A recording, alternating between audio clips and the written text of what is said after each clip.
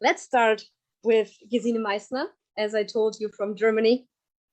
And she is a former EU Parliament member for the Committee on the Environment, Public Health and Food Safety. And her talk is entitled Our Oceans, Our Planet. And in this case, welcome, Gesine Meissner. Yeah, thank you so much for it. It's a great pleasure for me to be here. And actually, well, I have not only been a parliamentarian in the European Parliament for 10 years, but as well, I dedicated my political life to the ocean, and I had been ocean ambassador of the European Parliament. And so that's why I'm continuing still now doing that. Awesome. Yeah, my first slide, and thank you for the team to present it. The water cycle illustrates the systemic nature of the challenges our ocean and waters face. I put this picture because you can see we are nothing without ocean and water system. We on our blue planet. We live on a blue planet and 70% is blue. And the oceans really are so much giving to us. It's not only every second breath, it's as well the climate. They are absolutely important for our climate.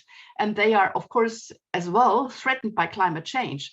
But oceans did bind up to now 90% of the heat we produced and 30% of the CO2.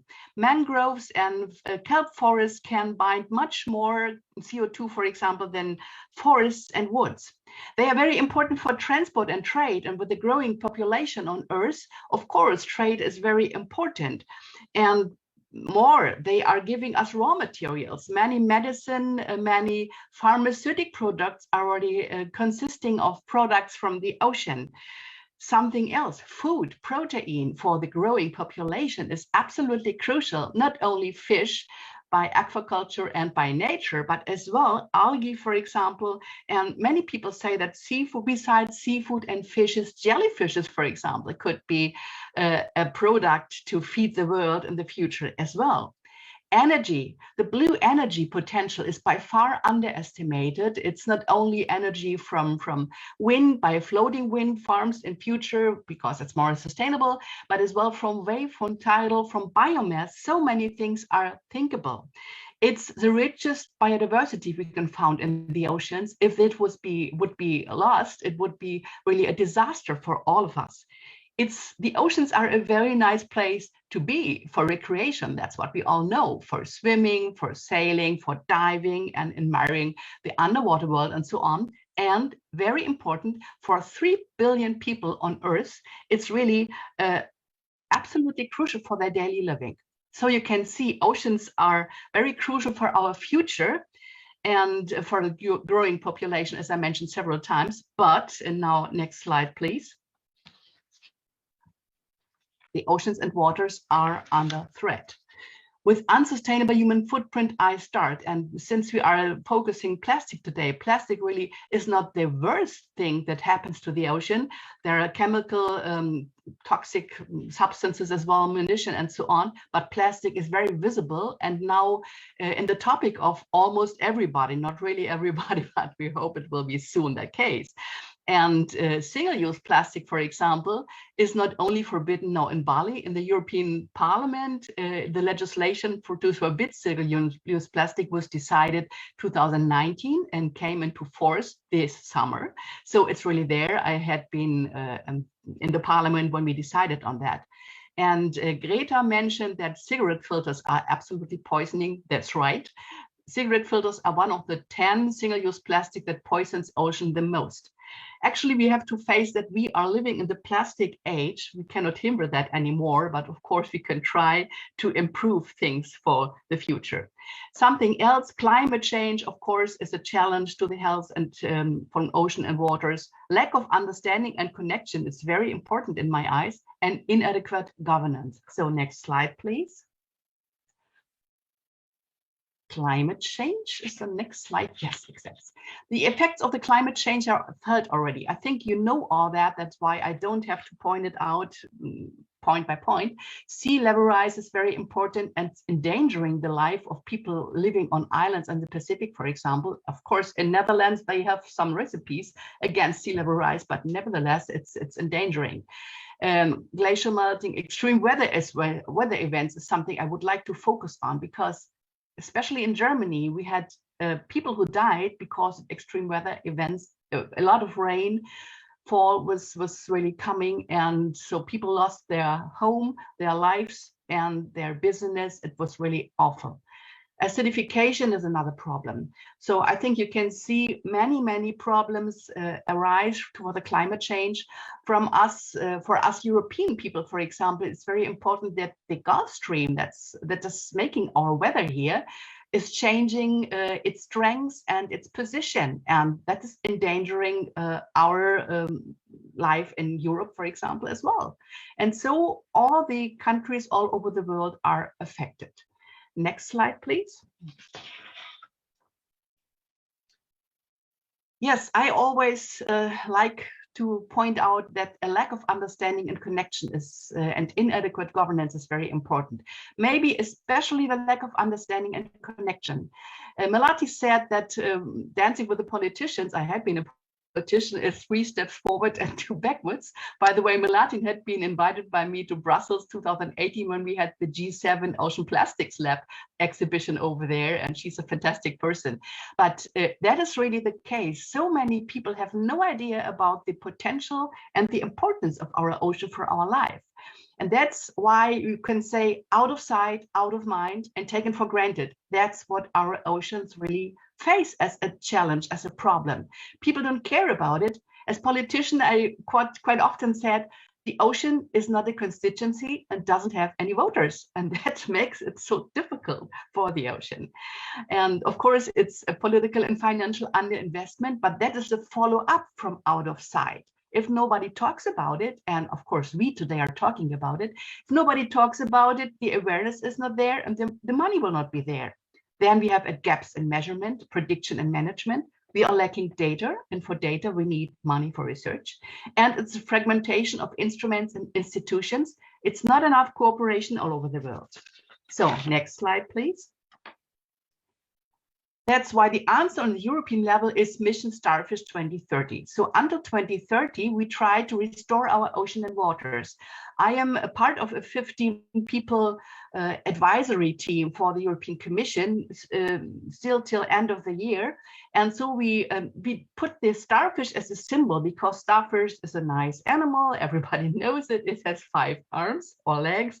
And we say we have to concentrate on 5 different things: on regenerating marine and freshwater ecosystem, on decarbonizing our ocean, seas, and waters, revamping governance, zero pollution, very important for EndPlasticSoup, and filling the knowledge and emotional gap.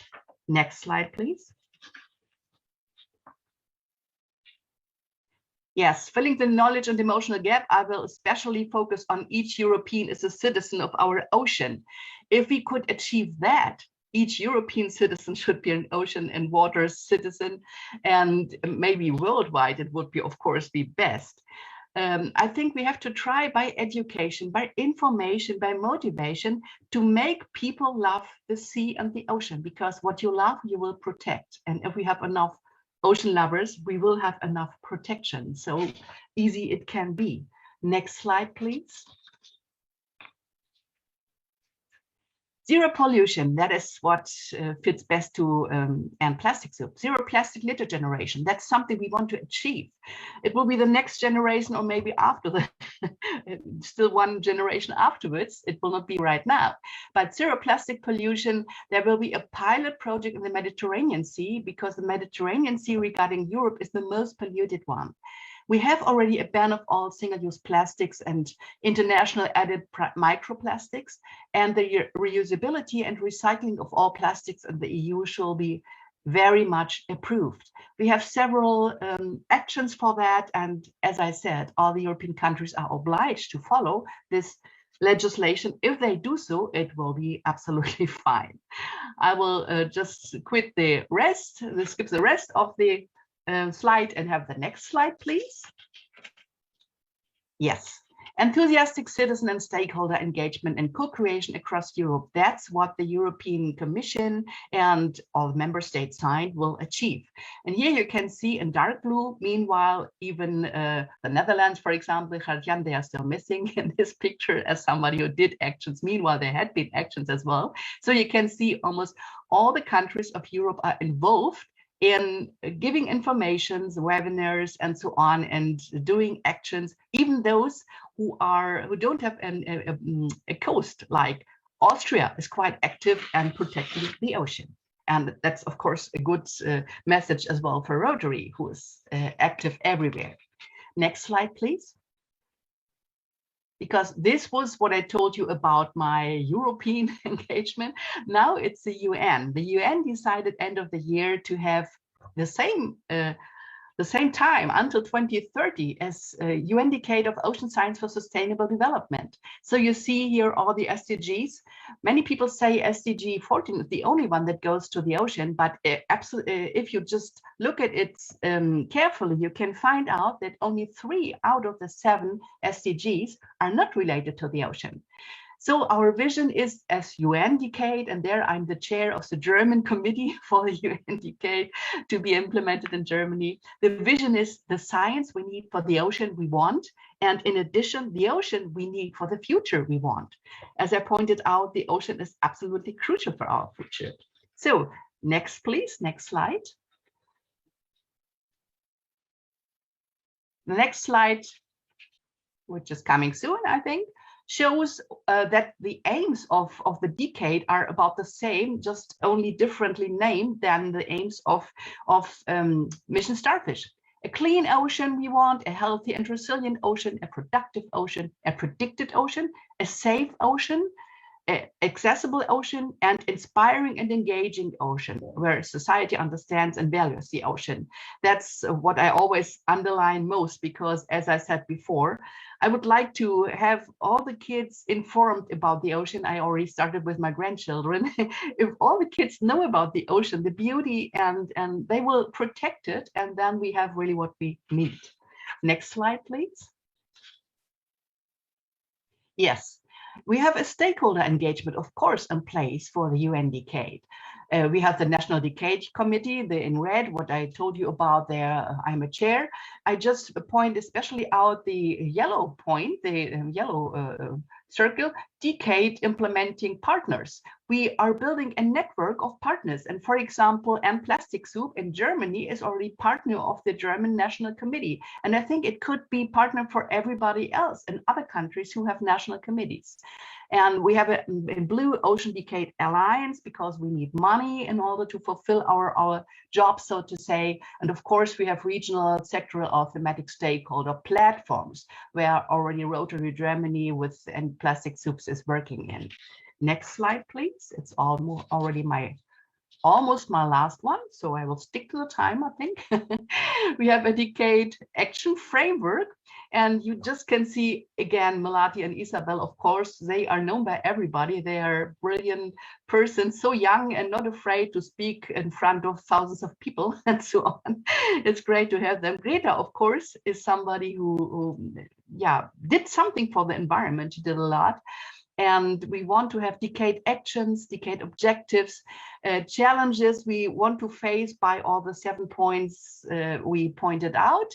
And the decade outcome shall be afterwards, 2030, exactly the ocean we need for our future.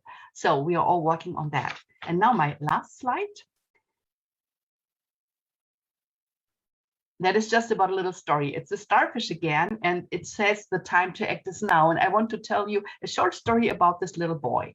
It is said that a little boy, after a storm, went to the beach. The beach was covered with starfishes who really were endangered to die because they must miss the water. And so one after the other, he took the little starfishes back to the sea. And a grown-up was coming around telling the little boy, hey, what do you do? You cannot do any change because there are too many for you. And the little boy took another starfish, threw it back into the water and said, for this one, I made a difference. And this is exactly, I think, what we all can do. We all can make a difference. And Ocean, the EndPlasticSoup initiative from Rotary is fantastic to really have a global movement and initiative for everybody. And that's as well a good bridge to the next speaker whom I know very well. Marcella is in the German board for the national board for the UN Decade as well. So we are all related, you see, we are ocean friends. Nice to see all of you. That is the end of my presentation for now. Thank you very much. Thank you so much, Gesine Meissner.